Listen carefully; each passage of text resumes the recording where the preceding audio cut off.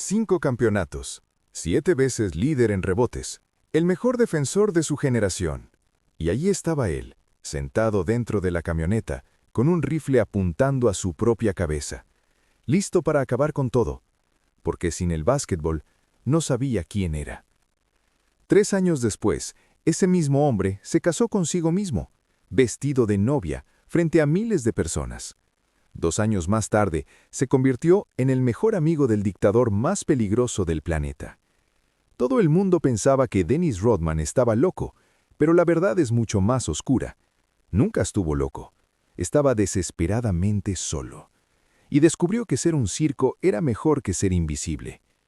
Dennis Kid Rodman, el Worm, el hombre más extraño en la historia del deporte.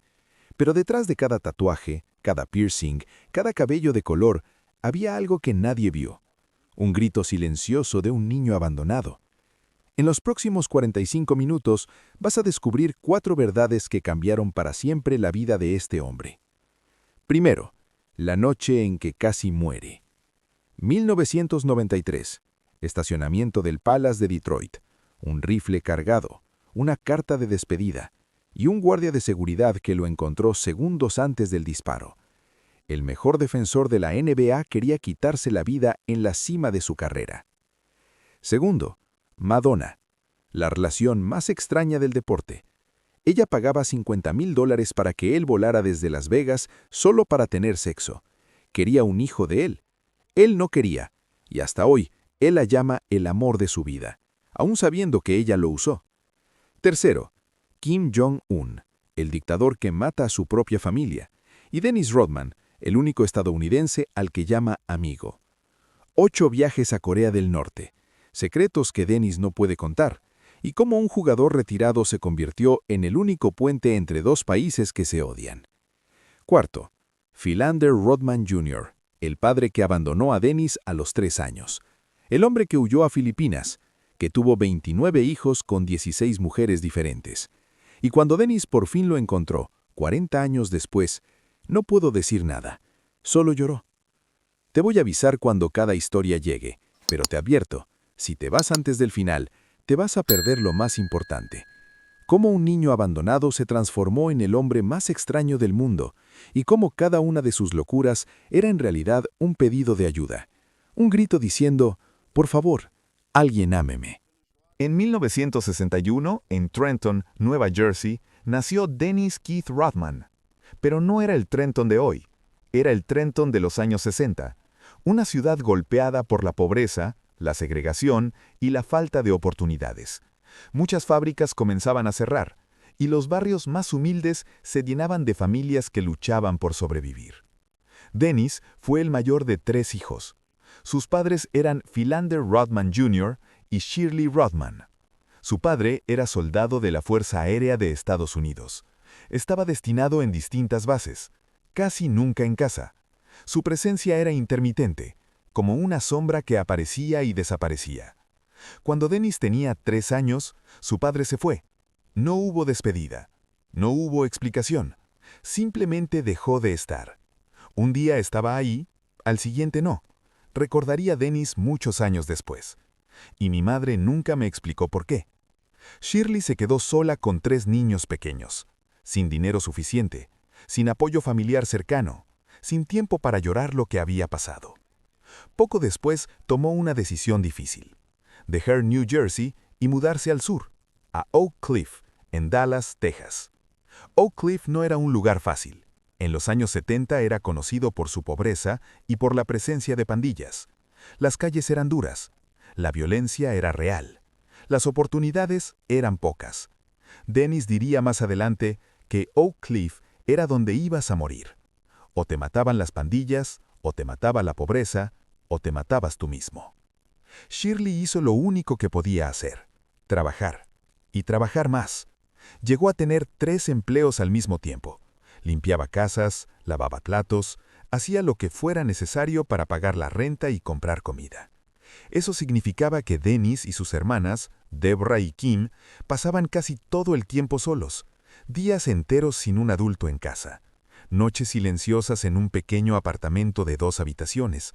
La televisión muchas veces era la única compañía. Mi madre nunca estaba, y cuando estaba tan cansada que no podía ni hablar con nosotros, recordaría Dennis. El abandono del padre dejó una herida profunda. No era solo la ausencia física, era la pregunta constante. ¿Por qué se fue? ¿Por qué no regresó? Esa duda acompañó a Dennis durante años. Mientras tanto, la vida seguía.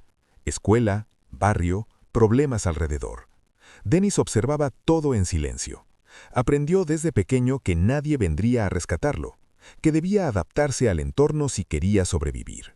Pero todavía era un niño en un barrio complicado, en una casa marcada por el cansancio y la ausencia. Un niño que empezaba a entender que su historia no sería sencilla. Y sin saberlo, esa sensación de vacío y de invisibilidad comenzaba a formar el carácter que más adelante sorprendería al mundo entero. La etapa que siguió mostraría cómo ese niño, perdido entre calles peligrosas y silencios familiares, empezó a sentirse cada vez más invisible ante todos. En la escuela, Dennis no destacaba en nada. No era problemático, no era brillante, no era fuerte, simplemente estaba ahí. O al menos eso creía. Nadie me veía. Era pequeño, flaco, callado, el niño perfecto para ser olvidado. A los 12 años medía apenas 1,55 metros. Era el más bajo de su clase, también uno de los más delgados. Mientras otros chicos comenzaban a desarrollarse físicamente, él parecía quedarse atrás. No jugaba deportes, no tenía muchos amigos, pasaba desapercibido en los pasillos. Entraba y salía sin que nadie lo notara. Era un fantasma, diría después. Caminaba por la vida sin que nadie notara que existía. En casa la situación no era muy distinta. Su madre seguía trabajando sin descanso. El cansancio llenaba el apartamento. Las conversaciones eran cortas. No había tiempo para charlas largas ni para abrazos constantes. Sus únicas compañeras eran sus hermanas, Deborah y Kim. Ellas eran todo lo contrario. Atléticas, altas, seguras, jugaban básquetbol y destacaban en la cancha del barrio. Tenían talento y confianza. Dennis las miraba practicar durante horas. Observaba cómo corrían, cómo lanzaban, cómo reían con sus amigas. ¿Por qué no juegas con nosotras?, le preguntaba Deborah. Porque soy muy pequeño, muy débil, muy nada, respondía él. A los 15 años reunió valor e intentó entrar al equipo de básquetbol de la South Oak Cliff High School. Soñaba en silencio con pertenecer a algo, con ser visto. El entrenador lo miró de arriba a abajo. 1,60, muy delgado, sin fuerza. Lo siento, hijo, eres demasiado pequeño. Dennis no protestó, no discutió, no pidió otra oportunidad.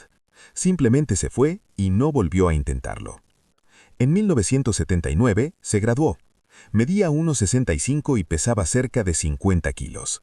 Seguía siendo delgado, inseguro, invisible. Era tan insignificante que ni siquiera aparezco en el anuario. Literalmente olvidaron poner mi foto. Contaría años más tarde. El niño que nadie veía terminó la secundaria sin planes claros, sin ofertas, sin sueños definidos, solo con la sensación de que el mundo avanzaba sin él. Pero justo cuando parecía que su historia seguiría igual, algo inesperado comenzó a cambiar su cuerpo y su destino de una forma que nadie, ni siquiera él, podía imaginar. Después de la secundaria, Dennis consiguió trabajo en el Aeropuerto Internacional de Dallas-Fort Worth. Su labor era sencilla: limpiar, recoger basura, mantener ordenadas las áreas comunes. Ganaba $3.50 por hora, el salario mínimo de ese tiempo. Seguía viviendo con su madre y sus hermanas en el mismo apartamento pequeño. Nada parecía haber cambiado.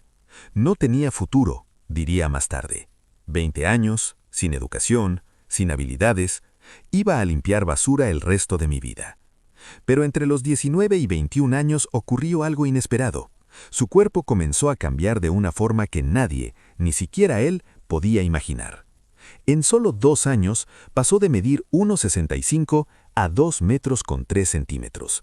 Creció casi 38 centímetros. Fue un cambio real, documentado por su familia y conocidos. Su hermana Deborah lo describió como algo increíble. Un día era un chico pequeño. Al siguiente parecía un gigante. No solo fue la altura, también desarrolló coordinación y fuerza. Sus manos se hicieron grandes. Podía sujetar el balón con una sola mano. Saltaba con una facilidad sorprendente. Comenzó a jugar en las canchas del barrio. Al principio por diversión, luego con más confianza. Empecé a jugar en las canchas del barrio. Y era bueno, realmente bueno, recordaría Dennis. Su energía y su capacidad para rebotar llamaban la atención. No era el jugador más técnico, pero tenía instinto, tenía hambre. Cada rebote lo disputaba como si fuera el último.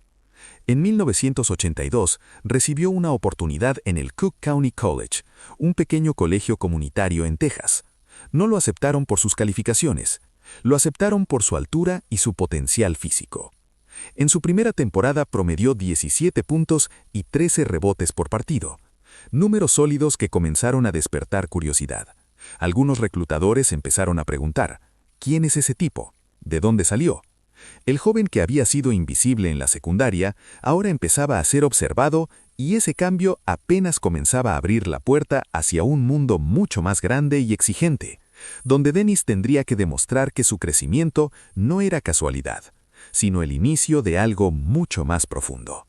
En 1983, Dennis Rodman se transfirió a Southeastern Oklahoma State University. El programa era más competitivo que el Junior College donde había comenzado. El nivel físico era más alto y los partidos eran más intensos. Para Dennis era la oportunidad de demostrar que su crecimiento no había sido casualidad. Durante 2 temporadas dejó números impresionantes. Promedió 26 puntos y 18 rebotes por partido. 18 rebotes por juego no era algo común. Dominaba los tableros en ambos lados de la cancha. Saltaba más que los demás. Peleaba cada balón como si fuera el último. Su entrenador llegó a decir que Dennis Rodman era el mejor reboteador que había visto en 30 años. Pero también añadía algo más. Era raro, muy raro. Raro porque casi no hablaba. Raro porque evitaba convivir con el equipo. Mientras otros jugadores salían juntos después de los entrenamientos, Dennis se quedaba en el gimnasio. Practicaba tiros, trabajaba en su defensa, corría escaleras solo, comía solo, se sentaba en silencio. A veces incluso dormía en el gimnasio. No parecía interesado en hacer amigos. Un compañero llegó a decir que era como si no supiera cómo ser humano. No porque fuera mala persona, sino porque no entendía cómo relacionarse. Su mundo era interno. Su energía estaba concentrada en la cancha. Esa obsesión lo hacía diferente.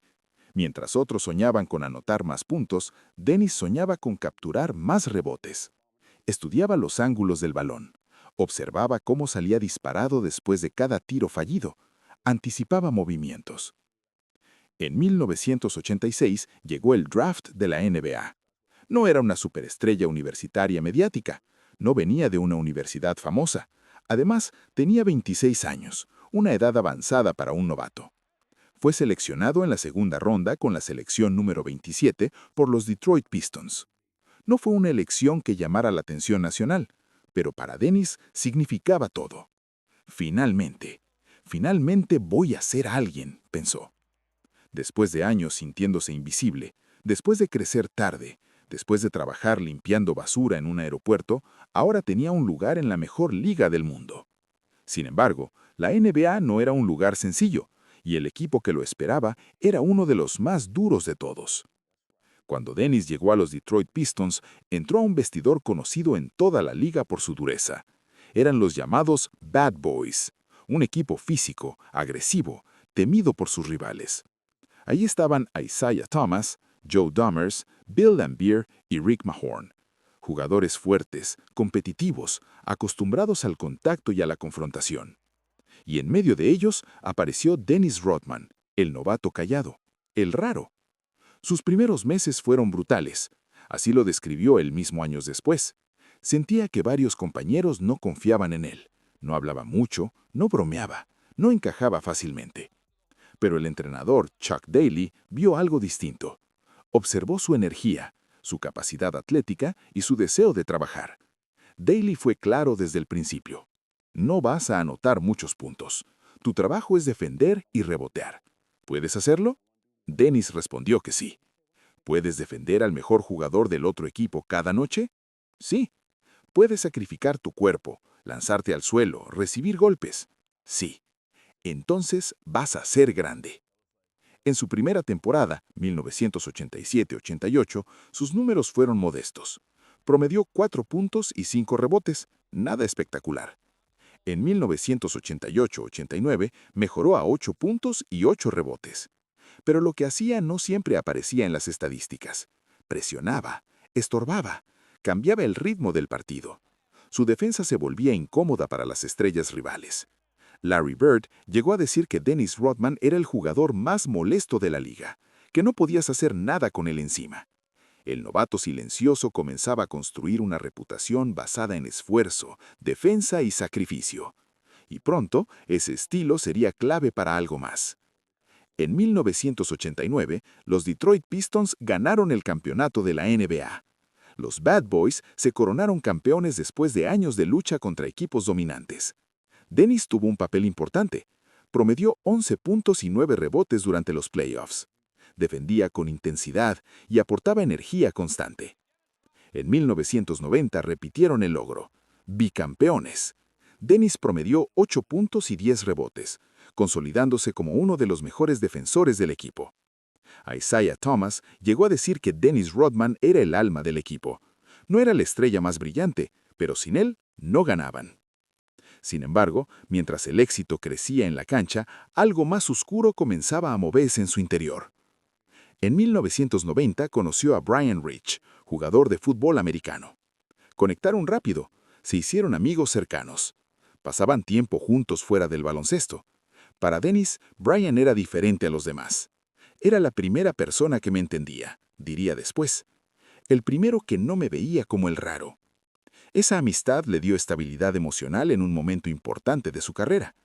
Pero julio de 1993, todo cambió. Brian Rich murió en un accidente automovilístico a los 31 años. Dennis recibió la llamada mientras estaba en Detroit preparándose para la nueva temporada. Colapsó, lloró, no podía creerlo. Brian era todo para mí, mi único amigo, mi único hermano, y se fue. Esa pérdida abrió una herida profunda. Una herida que comenzaría a afectar su comportamiento y su vida en formas que pronto serían imposibles de ignorar. 2 semanas después de la muerte de Brian Rich, Dennis tocó fondo. En agosto de 1993, de madrugada, estacionó su camioneta en el Palace de Auburn Hills, el estadio donde jugaban los Detroit Pistons. Eran las 3 de la mañana. Todo estaba oscuro. No había nadie alrededor. Dentro del vehículo tenía un rifle Remington calibre .22, cargado. Había escrito una nota breve. Ya no puedo más. Perdón. Colocó el rifle en su boca. Su dedo estaba en el gatillo. Iba a hacerlo, confesó años después. Estaba listo, porque sin Brian no tenía a nadie y no sabía cómo vivir solo. En ese momento, un guardia de seguridad vio la camioneta estacionada. Algo le pareció extraño. Se acercó despacio. Cuando miró por la ventana, vio a Dennis con el arma. Golpeó el vidrio. Dennis se sobresaltó. Bajó el rifle y comenzó a llorar. El guardia llamó a la policía y a miembros de la organización de los Pistons. Le preguntaron por qué lo había hecho. «Porque no sé quién soy», respondió. «Sin el básquetbol, sin Brian, no soy nada». El equipo decidió enviarlo a terapia. Durante 2 meses asistió todos los días. Se sentaba frente al terapeuta, muchas veces en silencio. «¿Quién es Dennis Rodman?», le preguntaban. «No sé». «¿Qué te gusta hacer?» «Jugar básquetbol». «¿Y cuando no juegas?» «No sé». «Ese es tu problema», le explicó el terapeuta. «No tienes identidad fuera del básquetbol». Dennis escuchaba, pero las respuestas no aparecían. Salió de la terapia más consciente de su vacío, pero no necesariamente más fuerte. Estaba confundido. «El terapeuta me dijo que tenía que encontrarme a mí mismo», recordaría después. «¿Pero cómo? ¿Dónde?» Entonces surgió una idea extraña, casi desesperada. «Si no sé quién soy, voy a inventar quién soy». Esa decisión marcaría el inicio de una transformación que sorprendería a la liga y al público. Una transformación que no solo cambiaría su imagen, sino también la manera en que el mundo lo vería. Y el siguiente paso no tardó en llegar. En septiembre de 1993, Dennis apareció con el cabello teñido de rubio platino. Era un cambio radical para un jugador conocido por su perfil bajo. ¿Por qué lo hiciste?, le preguntaban. Porque puedo, porque quiero, porque es mi cabello. Un mes después, se hizo un tatuaje tribal en el brazo. Luego añadió piercings en la nariz. Su apariencia comenzó a llamar la atención más que su juego. Isaiah Thomas le preguntó qué estaba haciendo. «Estoy encontrándome», respondió Dennis. Pero en realidad no parecía estar encontrándose. Más bien parecía esconderse detrás de un personaje, una versión exagerada de sí mismo. Ese mismo año, en 1993, Detroit lo traspasó a los San Antonio Spurs. La explicación oficial fue que ya no encajaba en el equipo. Era demasiado raro, demasiada distracción. San Antonio era una ciudad conservadora, con fuerte presencia militar y valores tradicionales. No parecía el lugar ideal para alguien que comenzaba a romper todos los moldes. Allí compartió equipo con David Robinson, conocido como el Almirante. Robinson era disciplinado, religioso y líder natural. Dennis era todo lo contrario en ese momento. Un compañero diría después que fue un desastre desde el inicio. Eran opuestos absolutos. Dennis empezó a llegar tarde a los entrenamientos. Algunas veces no llegaba. Salía de fiesta con frecuencia. Viajaba a Las Vegas varias veces por semana, pero en la cancha seguía siendo dominante. Lideró la liga en rebotes con un promedio de 18.7 por partido. Su rendimiento era tan alto que el entrenador toleraba muchas cosas. Dennis puede hacer lo que quiera fuera de la cancha mientras rinda dentro de ella. Sin embargo, el estilo de vida no era sostenible. No solo salía de fiesta, sino que también bebía en exceso.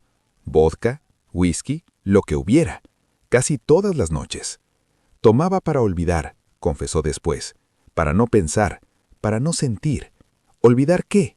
Que estaba solo, que Brian estaba muerto, que su padre lo había abandonado, que sentía que nadie lo amaba realmente. Esa mezcla de éxito deportivo y dolor interno lo empujaba cada vez más al límite. Y en medio de esa etapa turbulenta, una figura inesperada entró en su vida.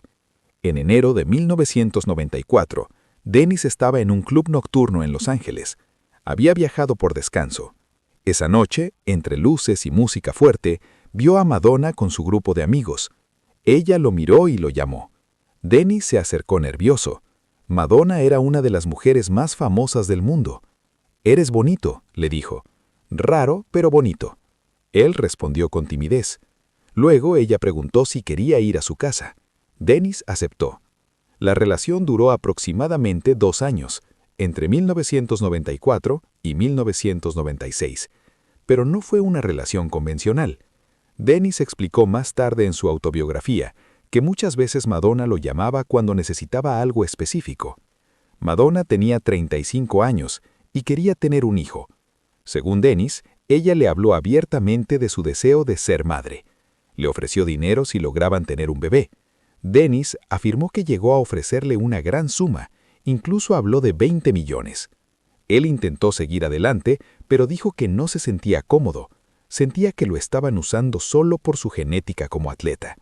Contó que había ocasiones que Madonna lo llamaba diciendo que estaba en su periodo fértil y que debía viajar de inmediato.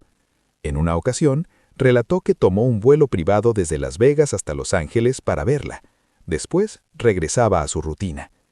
Años más tarde le preguntaron si la había amado. Dennis lloró al responder. Dijo que sí, que ella fue una de las pocas personas que lo hicieron sentir especial.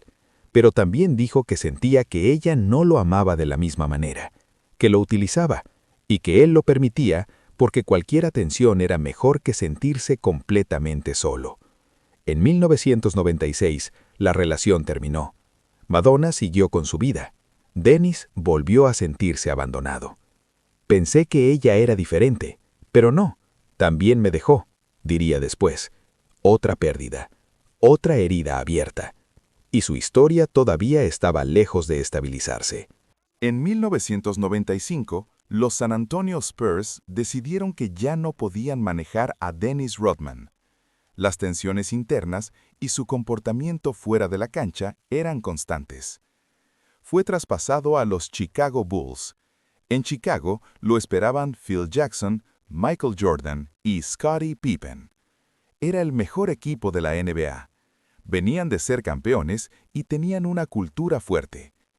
Cuando se anunció la llegada de Dennis, muchos analistas dijeron que sería un desastre. Pensaban que rompería la química del equipo, que su estilo sería incompatible con la disciplina necesaria para ganar. Ocurrió lo contrario. Phil Jackson entendió a Dennis de una forma que nadie más había logrado. No intentó cambiarlo por completo. No lo trató como un problema que debía corregirse. Dennis no necesita reglas estrictas, decía Phil. Necesita libertad y respeto. Le dio espacio. Podía teñirse el cabello. Podía viajar en sus días libres. Incluso hubo momentos en que le permitió escaparse brevemente a Las Vegas durante la temporada, con la condición de que regresara listo para competir. Mientras juegues los partidos y des rebotes, puedes hacer lo que quieras. Dennis respondió en la cancha. Entre 1995 y 1998 ganó 3 campeonatos con Chicago. En ese periodo, promedió alrededor de 5 puntos y 15 rebotes por juego. Lideró la liga en rebotes 3 temporadas consecutivas. Michael Jordan reconoció que Dennis fue la pieza que faltaba. Sin él, dijo, no habrían logrado la histórica temporada de 72 victorias en 1995-96. Pero fuera de la cancha, el espectáculo continuaba. Fiestas, mujeres, alcohol. Algunos compañeros afirmaban que llegaba a los partidos con resaca, sin dormir lo suficiente y aún así capturaba 20 rebotes. ¿Cómo lo hacía? Porque el básquetbol era lo único que sabía hacer. Era su refugio, su escape. Al mismo tiempo, su imagen pública se convirtió en un circo mediático. Se teñía el cabello cada semana de un color distinto, verde, rojo, plateado, incluso diseños múltiples. Se hizo numerosos tatuajes, cubrió gran parte de su cuerpo, usaba ropa provocadora. En ocasiones apareció en público con vestido y maquillaje, desafiando expectativas. En junio de 1996, protagonizó uno de los momentos más extraños de su carrera mediática. Durante la promoción de su autobiografía en una librería de Manhattan, apareció vestido de novia, con velo y ramo. Declaró que se estaba casando consigo mismo. Dijo que era la única persona en la que podía confiar. Miles de personas acudieron al evento. Firmó libros vestido de blanco, riendo y disfrutando la atención. ¿Por qué haces esto?, le preguntó un reportero. Porque puedo, porque es divertido, porque ustedes van a escribir sobre esto. Y lo hicieron. Dennis Rodman se convirtió en una de las figuras más comentadas del deporte mundial. Pero detrás del espectáculo, la sensación de vacío no desaparecía. La gente piensa que soy feliz, le dijo a un amigo, porque río y hago cosas locas, pero no lo era. Estoy muerto por dentro. El circo era su forma de no pensar en ese vacío que todavía lo perseguía. En 1998, Chicago ganó su 6º campeonato de la era Jordan. Dennis tenía 38 años. Su cuerpo estaba desgastado. Rodillas, espalda, golpes acumulados durante años de sacrificio. Le confesó a Phil Jackson que ya no sabía cuánto más podía resistir. ¿Te retiras?, le preguntaron. No lo sé. No sé qué hacer sin el básquetbol. En 1999 firmó con Los Ángeles Lakers. Era su último intento en la NBA. La experiencia fue corta y complicada. No encajó con el equipo. Hubo tensiones con Shaquille O'Neal y con otros jugadores. Después de 23 partidos, fue liberado. Muchos dijeron que estaba terminado, y tenían razón. A los 39 años, su carrera en la NBA había acabado. Entre 2000 y 2005, vivió una etapa difícil, sin entrenamientos diarios, sin competencia, sin propósito claro. Los primeros meses fueron un infierno, confesó. Me levantaba y no tenía a dónde ir. Comenzó a beber más, mucho más. Bebía desde la mañana hasta la noche, para llenar el vacío. En 2001 se casó con Carmen Electra en Las Vegas. La boda fue impulsiva. La relación duró poco tiempo. Él mismo reconocería que estaban juntos por fama y atención, no por amor sólido. En 2003 fue arrestado por un incidente de violencia doméstica contra otra pareja. Admitió que la empujó durante una discusión mientras estaba bajo los efectos del alcohol. Recibió libertad policial y fue obligado a tomar clases para manejar la ira. La prisión fue un despertar, dijo después, porque vio lo bajo que había caído. En 1994 intentó volver al básquetbol en ligas menores y partidos de exhibición. Pero su cuerpo ya no respondía igual. Había aumentado de peso y las lesiones lo limitaban. «Ya no soy Dennis Rodman», llegó a decir. «Soy la sombra de lo que fui». Sin el juego que lo sostuvo durante décadas, sin un rumbo claro, su identidad volvió a quedar en el aire, enfrentándolo otra vez a la pregunta que lo había perseguido desde aquella madrugada en Detroit. Entre 2000 y 2010, Dennis Rodman vivió de apariciones públicas y programas de televisión. Participó en reality shows como Celebrity Rehab, Celebrity Apprentice y Celebrity Big Brother. Siempre asumía el papel del excéntrico, del impredecible, del hombre que hacía reír o escandalizaba. ¿Te molesta que te vean así?, le preguntaban. Sí, pero necesito dinero y esto es lo único que sé hacer. La realidad era dura. A pesar de haber ganado cerca de $30 millones durante su carrera en la NBA, en 2012 enfrentaba deudas importantes, incluyendo más de $1 millón en pensión alimenticia. ¿Dónde se fue el dinero? Fiestas, alcohol, mujeres, gente que me robó, representantes que me engañaron, todo, respondió alguna vez. En 2013 recibió una invitación inesperada, un viaje a Corea del Norte. Ven a Pyongyang, el líder supremo quiere conocerte. El líder era Kim Jong-un. ¿Por qué yo? Porque le gustas, porque eres el único estadounidense que no lo juzga. En febrero de 2013 viajó a Pyongyang, fue recibido con protocolo oficial, se reunió con Kim, quien expresó admiración por su carrera en los años 90. Pasaron varios días viendo básquetbol, conversando y compartiendo comidas. Dennis declaró después que lo había tratado como a un amigo. Esa relación generó polémica internacional. Sin embargo, Dennis afirmó que no hablaban de política. Decía que solo compartían como personas. Regresó varias veces entre 2013 y 2019. Sostenía que no buscaba dinero ni poder, solo amistad. Decía que ambos, a su manera, estaban solos. En 2015 ocurrió otra revelación personal. Viajó a Filipinas para encontrarse con su padre, Philander Rodman Jr., más de 4 décadas después de su abandono. Su padre vivía en Angel City y tenía numerosos hijos con distintas mujeres. El encuentro fue grabado para un documental. Cuando se vieron, Dennis lloró. Finalmente hizo la pregunta que lo acompañó toda la vida. ¿Por qué me dejaste? Su padre respondió que era joven y cometió errores. No ofreció una explicación más profunda. Dennis pasó algunos días con él y conoció a varios mediohermanos. ¿Cómo te sientes?, le preguntaron. Vacío. Pensé que encontrar a mi padre llenaría el vacío, pero no. El vacío sigue ahí. Esa respuesta mostró que algunas heridas no se cierran solo con encuentros tardíos. Entre 2019 y 2024, Dennis Rodman ha vivido de manera más discreta. Reside en Florida. No mantiene el estilo de vida lujoso que muchos imaginarían. Recibe una pensión de la NBA que cubre sus gastos básicos. No vivo en mansión, no tengo Ferrari, vivo modesto, ha dicho. Su relación con sus hijos ha sido complicada. Tiene 3, Alexis, DJ y Trinity. DJ ha seguido el camino del básquetbol universitario. Trinity se convirtió en figura del fútbol profesional femenino en Estados Unidos. En 2023, Trinity expresó públicamente que la relación con su padre era distante. Señaló que no estuvo presente en momentos importantes de su infancia. Dennis reconoció el dolor de esas palabras. Admitió que priorizó la fama y sus propios conflictos por encima de su rol como padre. «He sido un mal padre y ahora pago el precio», declaró. El problema del alcohol ha continuado. Ha ingresado varias veces a rehabilitación. En entrevistas ha reconocido que la lucha sigue. En 2024 fue hospitalizado por complicaciones relacionadas con el consumo prolongado de alcohol. Los médicos le advirtieron sobre el riesgo para su salud si no cambia. ¿Y vas a parar?, le preguntaron.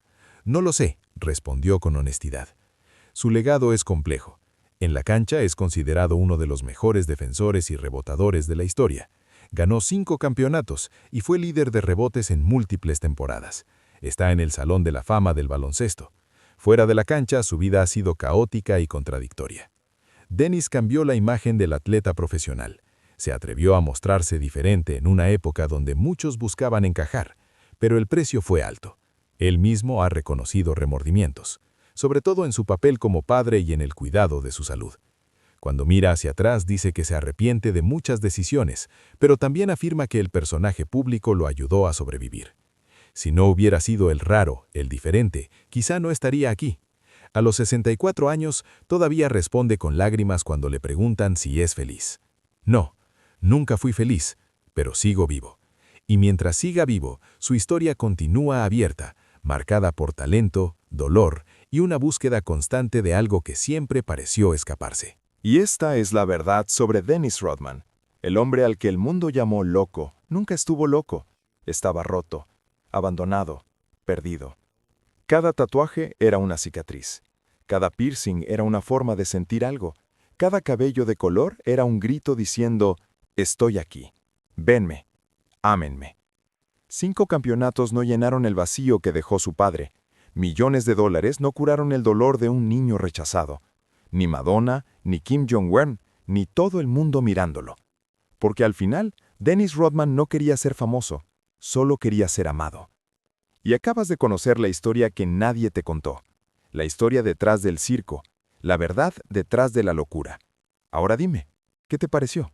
¿Imaginabas que detrás de toda esa excentricidad había una historia tan triste? Deja tu comentario aquí abajo.